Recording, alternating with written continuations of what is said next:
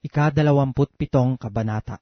At nang ipasya na kami ay lalayag na patungo sa Italia, ay ibinigay nila si Pablo at ang iba pang mga bilanggo sa isang senturyon na nagngangalang Julio sa pulutong ni Augusto.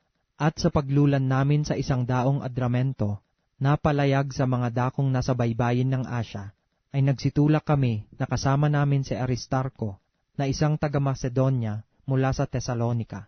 At nang sumunod na araw, ay nagsidaong kami sa Sidon, at pinagpakitaan ni Julio ng magandang loob si Pablo, at pinahintulutan siyang pumaroon sa kanyang mga kaibigan, at siya'y magpakaginhawa. At nang kami magsitulak buhat doon, ay nagsilayag kami na magsipanganlong sa Chipre, sapagkat pasalunga ang hangin. At nang matawid na namin ang dagat na nasa tapat ng Cilicia at Pamphylia, ay nagsirating kami sa Mira, na isang bayan ng Lycia. At nasumpungan doon ng senturyon ang isang daong Alejandria, na lumalayag na patungo sa Italia, at inilulan niya kami roon.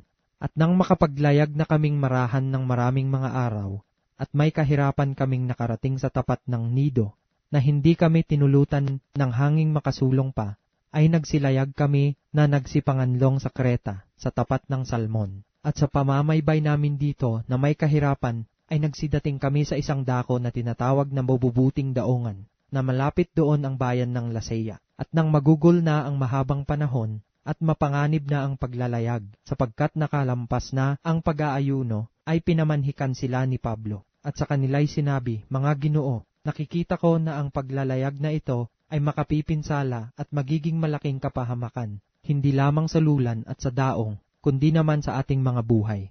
Datapwat may higit pang paniwala ang senturyon sa piloto at sa may-ari ng daong, kaysa mga bagay na sinalita ni Pablo. At sapagkat hindi bagay hintuan sa tagginaw ang daongan, ay ipinayo ng karamihan na tumulak mula roon, at baka sakaling sa anumang paraan, ay makarating sila sa Phoenix, at doon huminto sa tagginaw, na yaoy daungan ng Kreta, na nasa dakong hilagang silanganan, at timugang silanganan. At nang marahang humihihip ang hanging timugan na inaakalang maisasagawa nila ang kanilang nasa, itinaals nila ang sinepete, at namaybay sa baybayin ng Kreta. Datapwat hindi nalaon ay humampas na galing doon ang maunos na hangin na tinatawag na Euroclydon. At nang ipadpad ang daong at hindi makasalungat sa hangin, ay nangagpabaya na kami at kami ipinadpad.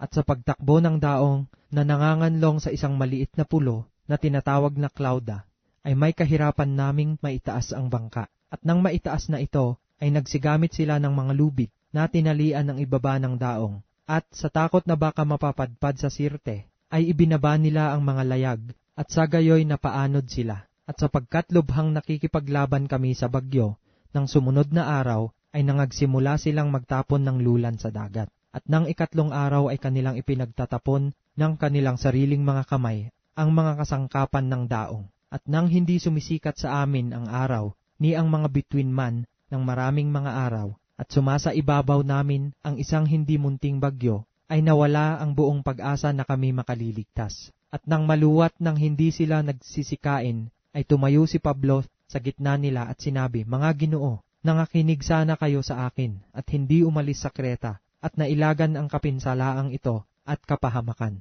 At ngayon ay pinamamanhik ko sa inyo na inyong laksan ang inyong loob, sapagkat walang buhay na mapapahamak sa inyo, kundi ang daong lamang. Sapagkat ng gabing ito ay tumayo sa tabi ko ang anghel ng Diyos na may-ari sa akin, at siya ko namang pinaglilingkuran, na nagsabi, 'Huwag kang matakot, Pablo, kailangang ikaw ay humarap kay Cesar, at narito ipinagkaloob sa iyo ng Diyos ang lahat ng kasama mo sa paglalayag. Kaya nga, mga Ginoo, laksan ninyo ang inyong loob, sapagkat ako'y sumasampalataya sa Diyos, na mangyayari ayon sa sinalita sa akin. Datapwat tayo'y kailangang mapapadpad sa isang pulo. Datapwat nang dumating ang 14 na gabi, samantalang kami ipinapadpad ng hangin sa magkabi-kabila ng dagat ng Adriatiko, nang maghahating gabi na, ay sinasapantahan ng mga mangdaragat na sila'y nangalalapit na sa isang lupain. At kanilang tinarok at nasumpungang may 20 dipa, at pagkasulong-sulong ng kaunti, ay tinarok nilang muli at nasumpungang may 15 dipa. At sa takot naming mapapadpad sa batuhan, ay nangaghulog sila ng 4 na sinepete sa hulihan, at iniibig mag-umaga na. At sa pagpipilit ng mga mangdaragat na mangagtanan sa daong, at nang maibaba na ang bangka sa dagat, na ang dinadahilan ay mangaghuhulog sila ng mga sinipete sa unahan, ay sinabi ni Pablo sa senturyon at sa mga kawal, maliban sa magsipanatili ang mga ito sa daong, kayo'y hindi mga kaliligtas. Nang magkagayoy pinutol ng mga kawal ang mga lubid ng bangka at pinabayaang mahulog.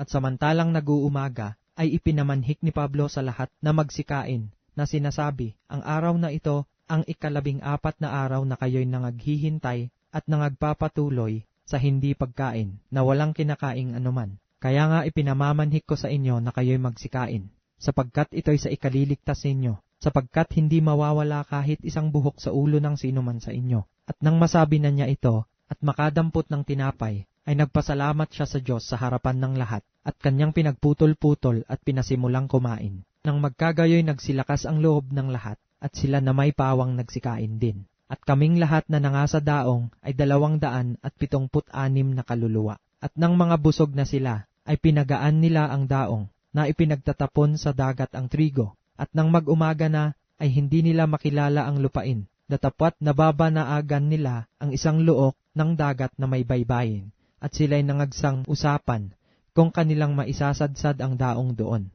At inihulog ang mga sinipete at kanilang pinabayaan sa dagat, samantalang kinakalag ang mga tali ng mga ugit, at nang maitaas na nila sa hangin ang layag sa unahan, ay nagsipatungo sila sa baybayin. Datapwat pagdating sa isang dako na pinagsasalubungan ng 2 dagat, ay kanilang isinadsad ang daong, at ang unahan ng daong ay napabunggo at tumigil na hindi kumikilos. Datapwat nagpasimulang magkawasak-wasak ang hulihan sa kalakasan ng mga alon, at ang payo ng mga kawal ay pagpapatayin ang mga bilanggo, upang ang sino may huwag makalangoy at makatanan. Datapwat ang senturyon, sa pagkaibig na iligtas si Pablo, ay pinigil sila sa kanilang balak, at ipinag-utos na ang mga makalangoy ay magsitalon, at mga unang magsidating sa lupa. At sa mga naiwan, ang iba'y sa mga kahoy at ang iba namay sa mga bagay na galing sa daong. At sa ganito nangyari, na ang lahat ay nangakatakas na, ligtas hanggang sa lupa.